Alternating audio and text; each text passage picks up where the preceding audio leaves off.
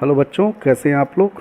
बच्चों, पिछले वीडियो में हमने फाइनाइट लेंथ के रॉड के इलेक्ट्रिक फील्ड पे बहुत सारे प्रॉब्लम सॉल्व किए और यहाँ पे कुछ और प्रॉब्लम को हम सॉल्व करेंगे उसी से रिलेटेड। बट उस प्रॉब्लम को सॉल्व करने से पहले कुछ और महत्वपूर्ण बातें जिसको मैं एग्जांपल के माध्यम से आपको बताऊंगा और जो रिजल्ट्स आएंगे इन एग्जांपल्स के वो बल्कि याद ही कर लीजिएगा ताकि आप बड़े बड़े क्वेश्चन में डायरेक्ट उसको आप अप्लाई कर सको। ठीक है, तो यहाँ देखिए मैंने एक एग्जांपल लिया हुआ है कि फाइनाइट लेंथ का रॉड है या वायर है और इसके मिडिल से डी डिस्टेंस पे कोई पॉइंट पी है। यहाँ आपको इलेक्ट्रिक फील्ड का कैलकुलेशन करना है। तो बच्चों, अगर ये डिस्टेंस डी जो है बिल्कुल इसके सेंटर से लिया गया है तो ये दोनों ट्रायंगल क्या होगा, कॉन्ग्रुवेंट होगा भाई, सिमेट्रिक होगा। बिल्कुल बात समझ रहे हैं ना। तो सिमेट्रिसिटी की वजह से ये θ1 और जो θ2 एंगल हम ले रहे थे इस डिस्टेंस से इधर और इधर, वो दोनों क्या हो जाएगा बच्चों, इक्वल हो जाएगा। बात समझ रहे हैं। तो इस तरह का सिचुएशन कभी भी हो, रॉड दिया हो और डिस्टेंस बिल्कुल बीचों बीच से लिया गया हो, सेंटर से लिया गया हो, तो उस कंडीशन में θ1 और θ2 दोनों क्या हो जाएगा, इक्वल हो जाएगा। सपोज कोई रॉड दे दिया और यहाँ से कोई डिस्टेंस d ले लिया है ना, तो ये 30 होगा तो ये भी 30 डिग्री हो जाएगा, 45 ये होगा तो ये भी 45 डिग्री हो जाएगा, है ना। तो हम एक जनरल रिजल्ट निकालेंगे θ1 इक्वल टू θ2 और इसको हमने थीटा ले लिया। बात समझ में आई। तो अब इस यहाँ जो इलेक्ट्रिक फील्ड आएगा उसके दो कंपोनेंट, एक तो परपेंडिकुलर दूसरा पैरेलल। तो परपेंडिकुलर निकालते हैं, k lambda by D sine θ1 plus sine θ2 और θ1 θ2 की वैल्यू हमने पुट कर दी तो थीटा साइन थीटा हो गया। तो ये बच्चों क्या हो जाएगा, 2k lambda by D sine theta. बात समझ में आई। बात करते हैं पैरेलल कंपोनेंट की। तो k lambda by D cos θ2, तो θ2 भी थीटा है, माइनस कॉस θ1 भी थीटा है। तो ये देखिए बच्चों, ये कैंसिल आउट हो गया और यहाँ पे वैल्यू क्या आ गई, 0। तो कभी भी बच्चों इस तरह का सिचुएशन दिया हो, कभी भी इस तरह का प्रॉब्लम आपके सामने आए तो आप समझ जाना कि उस प्रॉब्लम का जो पैरेलल कंपोनेंट होगा वो क्या हो जाएगा बच्चों, 0 हो जाएगा। Parallel component of electric field will be 0। ठीक है, और सिचुएशन क्या होगा, θ1 और θ2 क्या हो जाएगा, इक्वल हो जाएगा। ठीक है, तो एक तो रिजल्ट आप ये याद रखोगे। दूसरा एक एग्जांपल यहाँ देखिए, जैसे हमने इनफाइनाइट लेंथ की बात की थी पिछले वीडियो में, इनफाइनाइट लेंथ के रॉड की बात की थी। तो बच्चों जैसे मान लो ये इनफाइनाइट लेंथ का रॉड है और एक ही एंड इनफाइनाइट पे है ना, जिसको आप सेमी इनफाइनाइट बोलते थे। तो यहाँ से किसी डिस्टेंस d पे आपने निकाला था इलेक्ट्रिक फील्ड, कितना आया था, √k लेमडा बाई डी। और ये भी एंड अगर इनफाइनाइट को जा रहा था तो उसका कितना आया था, 2k लेमडा बाई डी। ठीक, बट अगर बच्चों यहाँ से ना यहाँ पे दिया हो और ना ही ये इनफाइनाइट को गया हो, यहाँ ऐसे कोई दे दिया, सपोज यहाँ से ये देख रहे हैं, ये इनफाइनाइट को नहीं गया, ये फाइनाइट लेंथ है और इधर वाला सेक्शन जो है वो क्या है, इनफाइनाइट पे है। और ये बच्चों एंगल आपको दे रखा है, फॉर एग्जांपल आपको मान लो दिया है ये 45। ठीक है, और ये डिस्टेंस आपको a दिया हुआ हो या d दिया हो, तो कैसे आप कैलकुलेट करोगे। तो यहाँ भी वही चीज़ होगा, परपेंडिकुलर कंपोनेंट और पैरेलल कंपोनेंट। तो θ1 θ2 पहले लिख लेते हैं। θ1 देखिए कितना हो जाएगा, ये देखिए कहाँ तक गया है, 90 इनफाइनाइट को गया है। और θ2 बच्चों क्या होगा, 45। ठीक है ना, और सेमी इनफाइनाइट में क्या था, यही 45 0 हो गया था। ठीक है, तो आइए परपेंडिकुलर कंपोनेंट निकालते हैं। कितना हो जाएगा, k lambda by D sine θ1 plus sine θ2। बात समझ में आई। तो ये हो जाएगा k लेमडा बाई डी की जगह a हो जाएगा, डिस्टेंस a दे रखा है, 1 प्लस 1 बाई √2। बात समझ में आई। और अगर पैरेलल कंपोनेंट की बात की जाए बच्चों तो k lambda a sine cos होता है ना, cos smaller angle smaller angle क्या है 45 माइनस कॉस लार्जर एंगल, ठीक है। तो ये देखिए ये 0 हो जाएगा, ये आ जाएगा √2 सॉरी 1/√2 ना, तो k लेमडा बाई √2a, ठीक है। बात समझ में आई? ये पैरेलल कंपोनेंट समझ में आया कि नहीं भाई? θ1 θ2 की वैल्यू आप रख दीजिए, तो ये 0 हो गया और cos 45 की वैल्यू 1/√2 हो गई, तो k lambda divided by √2a, ठीक है। तो ये परपेंडिकुलर और ये पैरेलल। डायरेक्शन क्या होगा बच्चों? अगर हम बात करें परपेंडिकुलर कंपोनेंट की, तो ये देखिए प्लस लेमडा है, अगर ये प्लस लेमडा है तो अवे फ्रॉम द रॉड, ये बच्चों हो जाएगा perpendicular component. Parallel component smaller angle की तरफ, तो स्मॉलर एंगल कौन है 45, तो इधर हो जाएगा। बात समझ में? तो ये आप रिजल्ट्स याद रखेंगे और इस पे बेस देखिए मैंने क्वेश्चन बनाया है, और उस क्वेश्चन को, उस प्रॉब्लम को कैसे हम सॉल्व करेंगे, चलिए ये देखिए। तो पहले तो आप वीडियो पॉज करके खुद ट्राई कीजिए प्रॉब्लम, और फिर उसके बाद रेज्यूम करके आप ये देखना। तो स्टार्ट करते हैं बच्चों। आपको देखिए एक स्क्वायर दिया हुआ है, स्क्वायर के रॉड, बल्कि रॉड से स्क्वायर बनाया गया है ना। और इस रॉड पे, चारों रॉड पे चार्ज डेंसिटी दिया हुआ है लेमडा, इस पे माइनस लेमडा, इस पे माइनस लेमडा, इस पे प्लस लेमडा। तो आपको इस स्क्वायर के सेंटर पे इलेक्ट्रिक फील्ड कैलकुलेट करने के लिए बोल रहा है, find out the electric field at centre of square, ठीक है। तो करते हैं। सबसे पहले तो इस डायग्राम को मैं फिर से बनाऊंगा थोड़ा सा बड़ा, ताकि चीज़ें एकदम क्लियर हों। ये देखिए, ठीक है, स्क्वायर का सेंटर, दोनों डायगोनल का इंटरसेक्शन, ठीक। ये दिया है बच्चों प्लस लेमडा, ये माइनस लेमडा, ये माइनस लेमडा और ये प्लस लेमडा। तो क्या करेंगे हम, एक एक रॉड के कारण इस सेंटर पे आप इलेक्ट्रिक फील्ड देखिए, वैल्यू देखिए कितना होगा, और डायरेक्शन देखिए कितना होगा, ठीक है ना। डायरेक्शन क्या होगा और वैल्यू क्या होगा। तो बच्चों देखो ये जो है, सबसे पहले इसकी बात अगर हम करें, तो अगर इस रॉड को आप देखिए तो ये जो पॉइंट है ये बिल्कुल इसके सेंटर से होगा, है ना। और ये डिस्टेंस कितनी होगी, मान लीजिए इस रॉड का जो ये जो स्क्वायर है, इसका आर्म जो है वो a है, इसका साइड जो है बच्चों a दिया हुआ है। तो ये डिस्टेंस बच्चों कितना हो जाएगा a/2, और ये बिल्कुल मिडिल से आएगा। तो आपको याद है ना, अभी मैंने डिस्कस किया था कि अगर मिडिल में होगा पॉइंट तो पैरेलल कंपोनेंट बच्चों क्या हो जाएगा, 0 हो जाएगा, सिर्फ परपेंडिकुलर कंपोनेंट आएगा। बात समझ गए? तो इस रॉड की वजह से बच्चों इसका परपेंडिकुलर कंपोनेंट किधर आएगा, इधर आएगा, ठीक है। और इसकी वैल्यू आप मान लो ये E1 है, सारे साइड का नामकरण कर देते हैं, ये 1, ये 2, ये 3 और ये 4, तो ये E1 आ गया। लगे हाथ E1 की वैल्यू भी लिख लेते हैं। बताइए E1 की वैल्यू क्या होगी। ये आपको समझ में आया कि नहीं कि ये पैरेलल वाला कंपोनेंट मैंने क्यों नहीं बनाया, क्योंकि पैरेलल वाला कंपोनेंट बच्चों क्या हो जाएगा, 0 हो जाएगा। देखिए ना, यहाँ मैंने आपको बताया था θ1 और θ2 इक्वल होगा, वो तभी होगा जब डिस्टेंस को बिल्कुल रॉड के सेंटर से लिया जाएगा।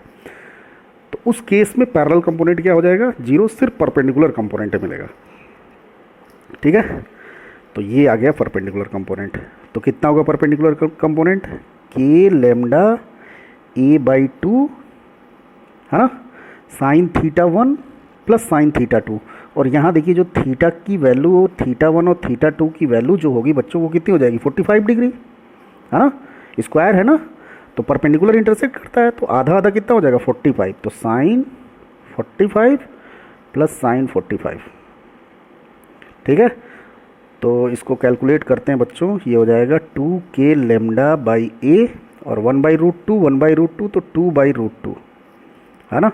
और इसको आप कैंसिल आउट करोगे तो E1 की वैल्यू बच्चों आ जाएगी, यहाँ पे देखिए 2√2 k लेमडा बाई a। बात समझ में आई E1 की वैल्यू। आप एक बार चेक कर लें कैलकुलेशन, कुछ मिस्टेक तो नहीं हो रहा है। √2, ठीक है। चलिए अब बारी है दूसरे रॉड की। ये वाला रॉड देखिए, ये वाला रॉड भी बिल्कुल इसी के जैसा है, बिल्कुल वही केस है। ये वाला भी डिस्टेंस a/2 और सेंटर से लिया गया है, तो इसका भी पैरेलल कंपोनेंट 0 हो जाएगा बच्चों। सिर्फ कौन सा कंपोनेंट मिलेगा? Perpendicular component. ये है बच्चों परपेंडिकुलर कंपोनेंट, देखिए तो। और ये है E2, ठीक है। और E2 भी वही आएगा E1 के इक्वल। भाई देखिए ना, ये भी 45, ये देखिए ना, ये 45, ये 45, डिस्टेंस भी a/2, तो E2 भी बच्चों वही आएगा। हमें कैलकुलेट करने की ज़रूरत नहीं है क्योंकि ऑलरेडी हमारे पास कैलकुलेटेड है। बात समझ में आई? अब आते हैं बच्चों तीसरे पे। तो देखिए तीसरे रॉड में भी ये वाला जो पॉइंट है वो बिल्कुल इसके सेंटर से है और डिस्टेंस a/2 है। तो जाहिर सी बात है बच्चों, इसका पैरेलल कंपोनेंट क्या हो जाएगा? 0 हो जाएगा। वही केस है पुराना वाला, तो इसका पैरेलल कंपोनेंट क्या हो जाएगा? 0। इसकी वजह से जो इलेक्ट्रिक फील्ड का पैरेलल कंपोनेंट होगा वो कैंसिल आउट हो जाएगा, वो 0 हो जाएगा बच्चों। इसका मतलब सिर्फ कौन सा कंपोनेंट आएगा? परपेंडिकुलर कंपोनेंट, ठीक है। अब ये देखिए माइनस लेमडा है बच्चों, और माइनस लेमडा के केस में मैंने आपको बताया था कि टूवर्ड्स रॉड होता है ना, अवे फ्रॉम द रॉड नहीं होता है, टूवर्ड्स रॉड होता है। इसका मतलब E3 कहीं इधर ही आएगा, तो ये बच्चों हो गया E3, ठीक है। इसका मैंने नाम दे दिया E3। और देखिए 45 45 सब कुछ वही आएगा पुराने वाले की तरह, बस डायरेक्शन अलग होगा। तो E3 की वैल्यू भी यही आएगी, आप कैलकुलेट करके देख लेना, नहीं भरोसा है तो देखो ना, θ1 θ2 सेम, और डिस्टेंस भी a/2, तो वही आएगा वैल्यू बाई a, ठीक है। और E4 को भी ज़रा देखो तो, 4 वाले के कारण फिर से वही केस, फिर से इसका parallel component 0, parallel component cancel out, है ना। सिर्फ कौन सा आएगा? Perpendicular component. और ये माइनस लेमडा है बच्चों, तो ये भी टूवर्ड्स रॉड आएगा। ये बच्चों आ गया E4, देखा आपने? मतलब हमारे पास 4 वेक्टर बच्चों आ गए। अच्छा, E4 की वैल्यू भी यही आएगी exact 2√2 k lambda by a। बात समझ में आई? इसका मतलब बच्चों E1 equal to E2 equal to E3 equal to E4, और सबकी value 2√2 k lambda by a आई, और इन सबको मैं E दे देता हूँ नाम, ठीक है ना। मीन्स E की वैल्यू हो गई 2√2 k लेमडा बाई a, है ना। बाद में हम E की वैल्यू पुट कर देंगे क्योंकि हम कैलकुलेशन E के टर्म में करते हैं, और बाद में हम E की वैल्यू रख देंगे। भाई इतना बड़ा बार बार लिखने की बजाय E आप लिखिए, फिर E की वैल्यू आखिरी में रख दीजिएगा, ठीक है। तो चलिए अब इन वेक्टर्स का हम वेक्टर सम करते हैं। तो हमारे पास जो वेक्टर आया बच्चों वो कैसे आया? E1 इधर आया तो E1 को E लिखते हैं, E3 इधर आया इसको भी E लिखते हैं। इधर देखिए, इधर भी 2 वेक्टर आए थे, कौन कौन सा आया था? E2 और E4 आया था। तो ये भी बच्चों क्या है? दोनों की वैल्यू क्या है? E है। अब देखिए ये जो वेक्टर होंगे, इन दोनों वेक्टर को डायरेक्ट हम ऐड कर देंगे, सेम डायरेक्शन में है, और इन दोनों को डायरेक्ट ऐड कर देंगे। तो जब आप ऐड करोगे बच्चों तो इधर हो जाएगा 2E, और इस साइड क्या हो जाएगा? 2E। बात समझ रहे हैं? तो यहाँ जो नेट आएगा बच्चों E नेट, उसकी वैल्यू क्या आएगी बताइए तो? E net equal to √2E का स्क्वायर प्लस 2E का स्क्वायर। तो ये बच्चों हो जाएगा 2√2E, ठीक है। आप इसको कैलकुलेट करोगे तो 2√2E। अब रख दीजिए E की वैल्यू, E की वैल्यू आई थी 2√2 k लेमडा बाई a। यहाँ देखिए ना, ये देखिए, अब हमने रखा तो इसको आप इसके मल्टीप्लाई करोगे तो 8 k लेमडा बाई a, इतना नेट इलेक्ट्रिक फील्ड आ जाएगा। बात समझ में आई आपको? तो इसको एक बार आप फिर से समझिएगा वीडियो को रिवर्स करके, और सबसे अच्छा ये है कि फिर से आप खुद से लगाइएगा, फिर अगर कभी भूलिएगा तो फिर आप वीडियो को रिवर्स करके देख लीजिएगा। समझ में आया बच्चों? एक प्रॉब्लम और करते हैं। यहाँ देखिए, ये है बच्चों इनफाइनाइट रॉड, बट ये वाला लेंथ इनफाइनाइट को नहीं है, और ऐसे ही इसी से एक और रॉड कनेक्ट है, और ये वाला एंड बच्चों गया है इनफाइनाइट को। और यहाँ से बच्चों, यहाँ से A और यहाँ से भी ए, ये देखिए यहाँ से डिस्टेंस ए और यहाँ से भी डिस्टेंस ए पे एक पॉइंट है ना। और यहाँ पे आपको इलेक्ट्रिक फील्ड कैलकुलेट करना है इस पॉइंट पे, ठीक है। तो आप कैसे करोगे? तो देखिए अगर ये ए है तो ये भी ए होगा और ये है तो ये ए होगा। तो आप बताइए कैसे करेंगे? तो सबसे पहले तो इस रॉड 1 की वजह से इलेक्ट्रिक फील्ड देखिए कितना आ रहा है, फिर दूसरे की वजह से देखिए इलेक्ट्रिक फील्ड कितना आ रहा है, और बाद में दोनों का वेक्टर सम कर दीजिए। बात समझ गए आप? तो स्टार्ट करते हैं बच्चों। ये है रॉड नंबर 1, नामकरण कर देते हैं इसका रॉड नंबर 2। अगर बात की जाए बच्चों रॉड 1 की, है ना, यहाँ पे देखिए ये वाला डिस्टेंस दे रखा है ए।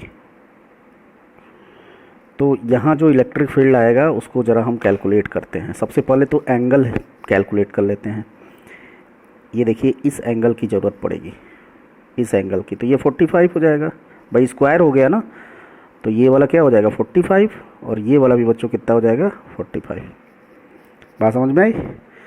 तो अगर रॉड 1 की बात की जाए बच्चों, तो ये देखिए, तो ये वाला एंगल तो कितना हो जाएगा 90, मतलब θ1 इसके लिए 90 आ गया। और θ2 बताइए, ये देखिए ना, सिर्फ रॉड 1 को देखिए, θ2 कितना हो जाएगा 45, θ2 हो गया 45, ठीक है। डायरेक्शन की बात अगर की जाए तो परपेंडिकुलर कंपोनेंट प्लस लेमडा है, ये perpendicular component away from the rod, ये परपेंडिकुलर कंपोनेंट आ गया। और बच्चों parallel component towards smaller angle, ये आ गया पैरेलल कंपोनेंट, ठीक है। अब ज़रा दोनों की वैल्यू कैलकुलेट कर लेते हैं। तो ई परपेंडिकुलर कितना आ गया बच्चों, रखिए फार्मूले में, के लेमडा बाई डिस्टेंस ए है। चलिए बताइए, साइन 90 प्लस साइन 45। और ही ये प्रॉब्लम मैं बता चुका हूँ आपको एग्जाम्पल में, बहुत चर्चा करने की ज़रूरत नहीं है। 1 + 1/√2, ठीक है। बात करते हैं अगर बच्चों पैरेलल कंपोनेंट की, तो आप जब 90 रखोगे तो cos 90 वाला 0 हो जाएगा, ये आ जाएगा के लेमडा बाई ए, है ना। cos 45 माइनस cos 90 0, तो ये 1/√2, पुराने वाले प्रॉब्लम की तरह है बिल्कुल। बात समझ गए? चलिए अब दूसरे की वजह से, ये ड्यू टू 1 था, ड्यू टू 1। अब बारी है ड्यू टू सेकेंड रॉड, है ना। चलिए, तो सेकेंड रॉड है बच्चों ऐसे, ये है पॉइंट, डिस्टेंस ए दे रखा है, ये है बच्चों 45, और ये इनफाइनाइट को गया है, ठीक है। तो यहाँ बच्चों बताओ, θ1 की वैल्यू फिर से 90 और θ2 की वैल्यू 45, है ना। तो डायरेक्शन बना लीजिए। ये देखिए, ये इधर की तरफ हो जाएगा परपेंडिकुलर कंपोनेंट प्लस लेमडा है ये भी, और पैरेलल कंपोनेंट इधर हो जाएगा, ठीक। और यहाँ भी बच्चों परपेंडिकुलर कंपोनेंट और पैरेलल कंपोनेंट एग्जैक्ट पहले वाले रॉड की तरह आएगा, ठीक है ना। तो मैं डायरेक्ट लिख देता हूँ, आप करके देख लेना, फार्मूले में रख के एग्जैक्ट वही आएगा, के लेमडा बाई ए 1/√2, ठीक है। अब हमें क्या करना है, दो वेक्टर यहाँ पे मिले और दो वेक्टर हमें यहाँ पे मिले, दोनों का हमें वेक्टर सम करना है बच्चों, है ना। तो कैसे करेंगे? चलिए, एक पॉइंट पे चारों वेक्टर को हम बनाते हैं, ठीक है। तो एक पेज निकालते हैं पहले,